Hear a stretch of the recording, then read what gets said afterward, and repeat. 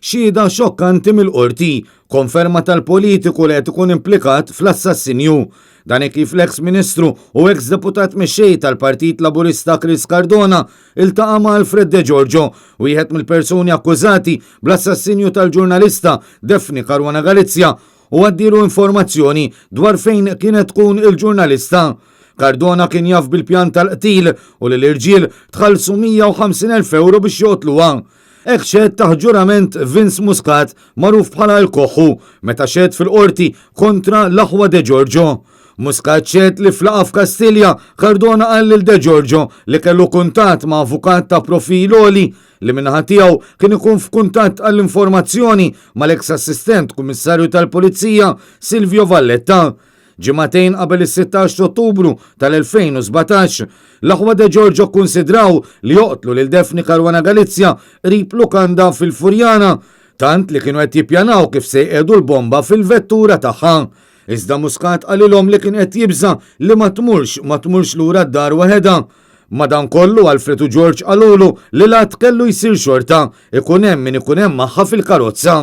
Fil-bidu tax-xhieda tiegħu Muscat talab apoloġija lill-familja ta' Daphne Caruana Galizia talli kien parti mill-grupp ta' persuni li wettqu l-qtil. Muscat qal li l-pjan tal-assassinju beda qabel l-elezzjoni tal-2017 meta bħassoltu iltaqa' mal-oħrajn taħt it-tinda tal-patata fil-Marsa fejn Alfred De Giorgio qallu li Melvin Teuma kellu xi biċċa xogħol tajba lihom. Meta Alfred De Giorgio iltaqa' ma' Teuma qallu li jridhom joqtlu lill-ġurnalista. Kien ġie maqbul li 3 irġiel jitħallsu 150,000 euro għal din il-biċċa xogħol. Ftit tal-jiem wara Teuma qal lil Alfred De Giorgio li kellu l-150,000 euro f'idejh, iżda l-pjan kellu jiġi sospiż minħabba li kienet issejħet l-elezzjoni ġenerali. Vince Muscat kompla li wara li għaddiet l-elezzjoni kienu qed jaħsbu li jbidlu l-pjan u jisparawla. Għaldaqstant huma kienu nataw 3 rifles mingħand tal-maksar, iżda aktar tard il-pjan reġa' dar għal bomba fil-karozza. Spjega li għal numru ta' jiem marru barra residenza tal-ġurnalista biex isegwu l-passi tagħha.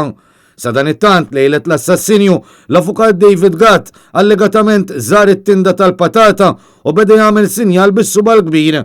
Muscat staqsi lil Alfred De Giorgio jekk Gatt jafx b'dak li kien se jseħħ. De Giorgio jwieġeb li Gatt sar jaf mingħand Keith Schembri li kien iċ-Chief of Staff tal-eks-Prim Ministru Joseph Muscat. Iżda wara spjegawlu li s-sinjal tas-subal kbir kien ifisser referenza għal Schembri bħala n-number 1 ta' Malta. Aktar tard, preċiżament ġimgħa qabel l-arrest tagħhom, Teuma kien żar it-tinda u qal lil Alfred De Giorgio li kellhom jiġu jarrestawhom fl-4 ta' Diċembru. Fil-bidu tas-seduta, il-qorti laqat it-talba tal-avukat ta' Muscat, Mark Sant, biex tkun ordnata projbizzjoni fuq ismijiet ta' dawk laqat ma semmew jew m'għandhom xejn x'jaqsmu ma' dawn il-proċeduri. Is-Supretendent Keith Arnaud u l-Ispettur Kurt Zara qed imexxu l-prosekuzzjoni, assistiti mid-Deputat Avukat Ġenerali Philip Gallia Farrugia.